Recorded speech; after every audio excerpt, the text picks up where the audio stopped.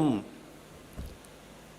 भगवान वाले बनना तो चाहते हैं, पहले थोड़ा समझने की चेष्टा करें कि प्रभु का हमारे जीवन में आना क्या करता है, किस तरह से हमारे जीवन के अंदर परमात्मा की कृपाएं फलती हैं। तो अर्जुन ने कृष्ण भगवान से पूछा कि वे लोग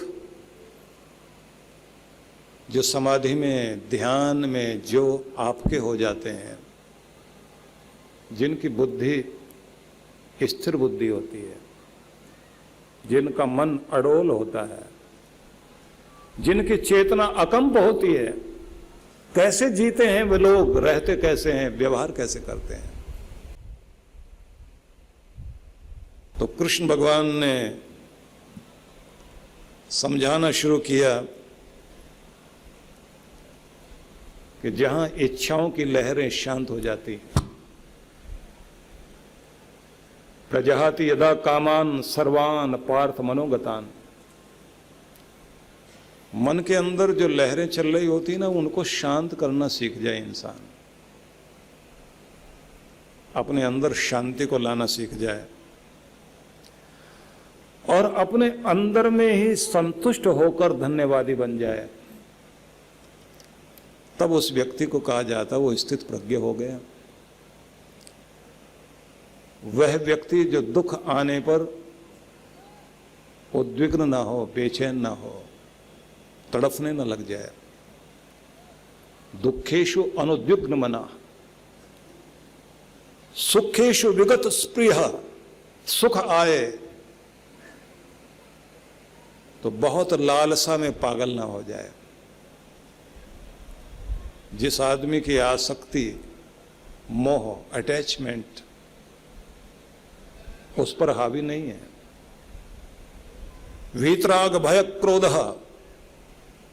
भय पर काबू पा लिया हो, क्रोध की आग जिसे जला ना पाए, जो खुद को संभालना जानता है। कृष्ण कह रहे हैं अर्जुन, बुद्धि उसकी स्थित है, नहीं तो अक्ल ठिकाने पे लोगों की रहती कहां है। लोग यही तो बोलते हैं, बातचीत करते, व्यवहार करते हुए यही तो कहते हैं, तुम जो बोल रहे हो तुम्हारी अक्ल ठिकाने पर है, सोच समझ के बोल रहे हो। बच्चों को भी कहते हैं, जहां जाओगे बात करोगे थोड़ा अक्ल से करना, समझ से करना। कृष्ण समझा रहे हैं। ये श्लोक का भाव पहले इसलिए दे रहा हूं क्योंकि जहां जहां कार्यक्रम हुए हैं इन पर विचार हो चुका है। अब जिस पर विचार होना उस बिंदु तक आने से पहले भूमिका बतानी जरूरी है। कृष्ण आगे ये भी कहते हैं कि जो व्यक्ति सभी जगह प्रेम देने वाले लोगों के साथ बहुत अधिक उसमें रम नहीं जाता, शुभ और अशुभ के प्रति, मतलब शुभ मिले तो बहुत खुश और अशुभ मिले तो दुखी, ऐसा नहीं, संतुलन बनाना जिसको आ गया। नाभिनंदन्ति न द्वेष्टि, न तो द्वेष में है, मतलब पक्ष विपक्ष से परे, न किसी के अभिनंदन करने के लिए बहुत पागल है। आपने देखा है कि लोगों में ये भी एक आदत होती है, कहीं कहीं हम लोग बिना बात के प्रशंसा करते हुए घूमते हैं। चाणक्य ने एक बड़ा सुंदर शब्द कहा था कि डरना उस आदमी से जो आदमी आप में गुण है नहीं और आपका वो गुण बताता हो। तो ऐसी तारीफ करने वाला चापलूस आदमी कुछ छीनना चाहता है आपसे, और उससे भी बचना जो कमी आप में है नहीं और वो बोल बोल कर आपको गिराना चाहता, मनोबल तोड़ना चाहता है। ज्यादातर लोग वही मिलेंगे आपको। कुछ तो वो मिलेंगे जो आपको पंपिंग करके हवा भरने की चेष्टा करते हैं कि टायर फटे या हमारा मतलब पूरा हो। कुछ वे मिलेंगे जो आपका मनोबल तोड़ने वाले हैं। सही ढंग से सही गुणों की प्रशंसा करने वाले नहीं मिलेंगे, और कान में हित की भावना को लेकर कमी बताकर सुधारने का तरीका देकर साथ निभाने वाले नहीं मिलते। कृष्ण तो ये कह रहे हैं कि समाज के सभी तरह के वातावरण के बीच आपको इस बात का ध्यान रखना है कि अपना संतुलन बनाए रखो। मनोवैज्ञानिक इस बात को समझाते हैं कि आपकी ज्यादातर ऊर्जा, आपकी जो एनर्जी है वो ज्यादातर संतुलन बनाने में खर्च होती है। 2-2 मिनट के बाद तो आपको अपने आप को संभालना पड़ता है। किसी ने भी कुछ कह दिया, एकदम दिल को लगती है बात,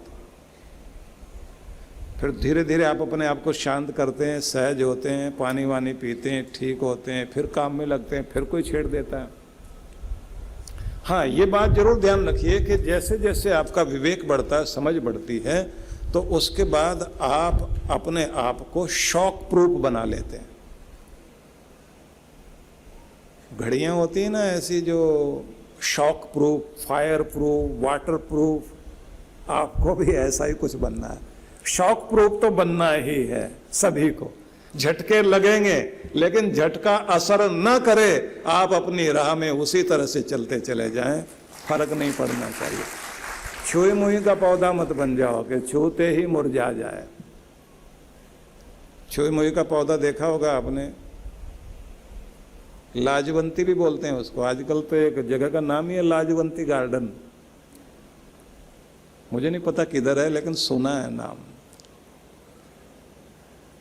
और वैसे मीनिंग तो यही है, जो लाज रखे, लाज शर्म जिसके अंदर है। धर्म के गुणों में हृदय भी एक गुण माना गया। लज्जा जिसके अंदर है वो धार्मिक आदमी है। लेकिन यहां मैं कोई और मीनिंग करना चाहता हूं, कुछ और समझाना चाहता हूं कि ऐसे मत बन जाओ कि आपको कोई उंगली दिखाए और आप मुरझा जाओ। इसने मुझे कहा क्यों, इसने ऐसे बोला क्यों। दुनिया तो ये काम करेगी। तो इतने सारे पौधे खड़े होते हैं जो नहीं मुरझाते, उनकी तरफ कोई उंगली करता नहीं। उन्हीं की तरफ उंगली करते हैं बच्चे जिनको मुरझाने की आदत है। तो अगर आपको मुरझाने की आदत है तो दुनिया तमाशा करेगी, खेल खेलेगी, और अगर आपकी तरफ डंडा भी कोई करे तब भी आप खिले रहे तो लोग कहेंगे कौन टाइम खराब करेगा यहाँ।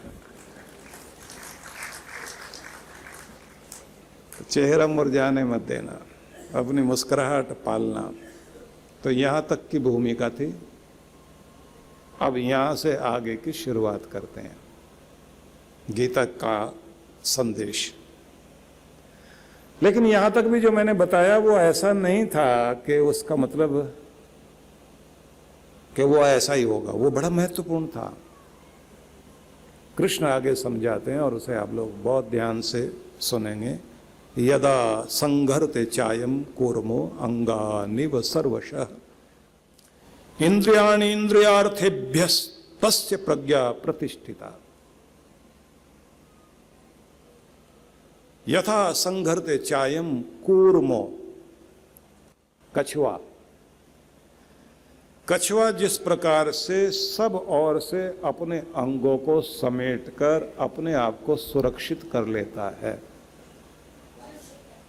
लेकिन अपना लक्ष्य नहीं भूलता, तो आपको भी एक विद्या सीखनी है। ये जो मैं सुना रहा हूं ये आप दूसरे अध्याय को, गीता का दूसरा अध्याय, उसको आप खोलें तो आपको 58 नंबर वाला श्लोक घर में जाके देख लेना, ठीक है। और कल से हो सके तो गीता अपने साथ लेकर आए तो फिर आपको आनंद भी आएगा।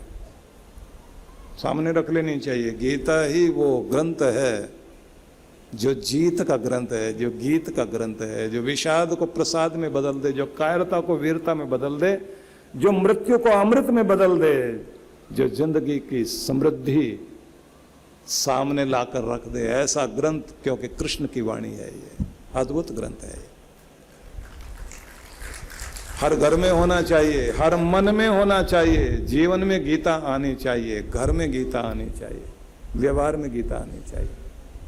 क्योंकि कृष्ण भगवान ने आने वाले समय में कैसे जीना है इसको द्वापर युग में ही जी करके बता दिया। किसके साथ कैसे व्यवहार करोगे, भक्त हो, भला हो, विदुर जैसा हो, कैसे बात करोगे, शकुनी जैसे दुष्ट धूर्त से कैसे बात करोगे,